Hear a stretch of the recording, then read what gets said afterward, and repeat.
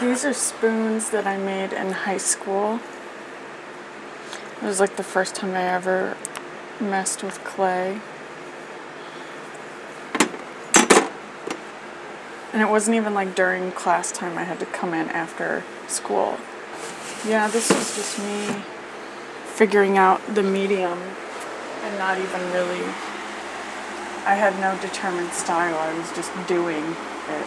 These are relatively newer pieces. I like this one a lot because the red looks nice. But I remember when I fired it, the glaze on the inside is like, got really rough and it feels gross. But I keep it because this was my, can't even see it, my old stamp. It was made with like letterpress letters. And they were all, each letter was in a different font. I think I started doing this style like in my last 2 semesters of college, when I had like a good grasp of like utility and a grasp of what I wanted out of a pot and stuff.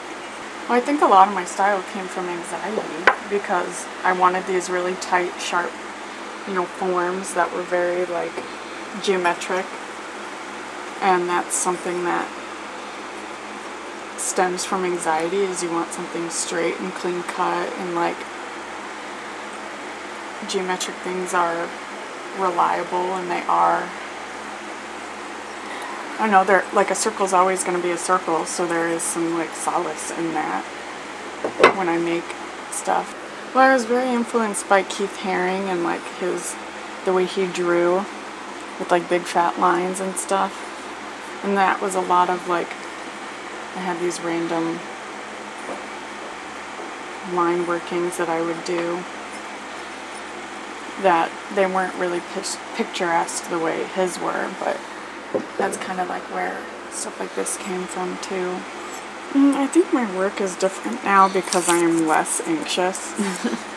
I still keep a lot of geometry and geometric like influences in my work, but I'm just less rigid about it. I allow myself to be more fluid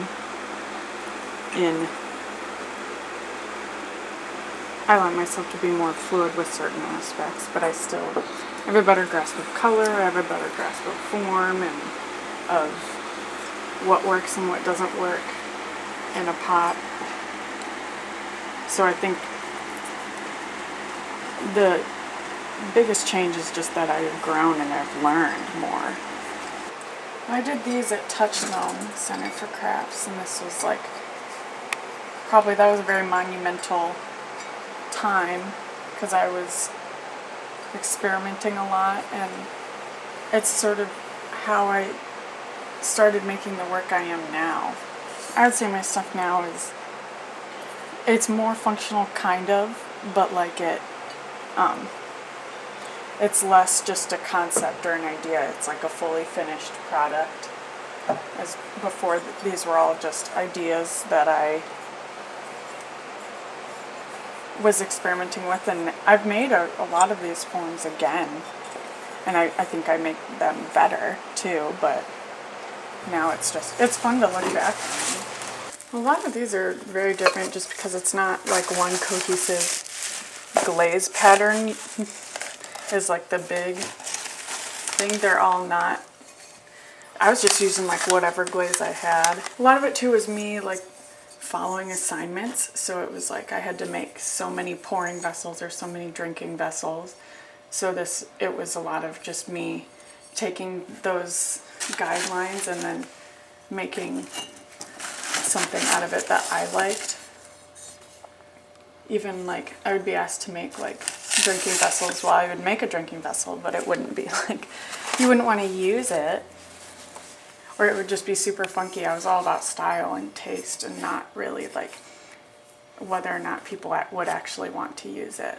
Yeah, when I was getting assignment, it wasn't really,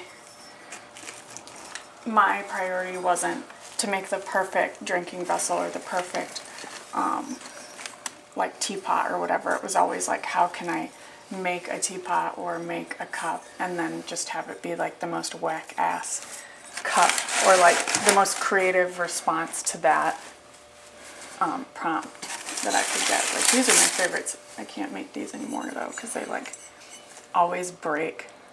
But these are fun little cups and they almost always like would warp or fail.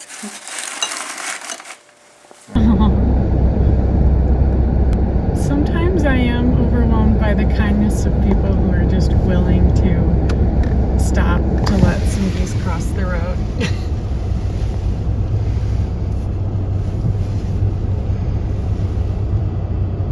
They're fucking big.